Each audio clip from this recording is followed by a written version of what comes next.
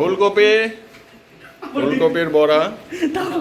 আপনি তো বললেন তাতে ডিম যে দেওয়া হলো। আমি ডিমের কথা কইছি তোমাকে। এখন না মাখানো নুর ভাই হলো। বলছে যে এতটুকু মানে অল্প হয়েছে। এটা ব্লগ এটা বানাবো।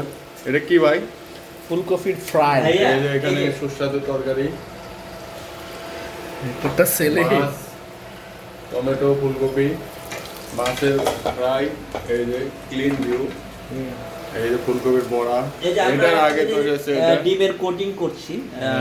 ডিমটাকে আমরা একবারে গুলিয়ে নিয়েছি, এরপর হচ্ছে ফুলকপি মিক্স করে সুন্দর একটা কোটিং হচ্ছে। এরপরে আমাদের ওখানে মচমচে একবারে এটা চিকেনের মতো, কিন্তু ফ্লেভারটা ফুলকপির হবে, চিকেনের ফ্লেভারে ফুলকপি আর কি। আমরা অতি শীঘ্র আপাকে ছাড়িয়ে মানে এটাকে আসলে ফুলকপি না চিকেন? আসলে ফুলকপি কিন্তু চিকেনের ফ্লেভার। মানে চিকেন, হ্যাঁ চিকেনে বলা যায়।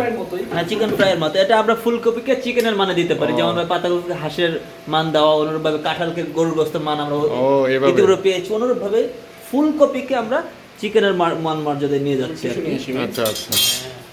এবং আশা করছি এটা অনেক সুস্বাদু। তো এটা ফুলকপি কোথা থেকে delicious আসছে? recipe। সুদূর সৌদি আরব থেকে নিয়ে আসা হয়েছে সৌদি আরবে?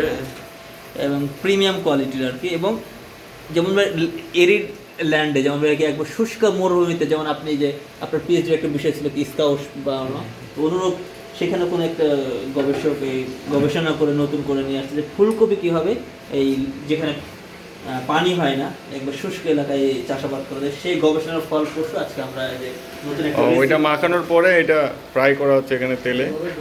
সম্মানিত দর্শক,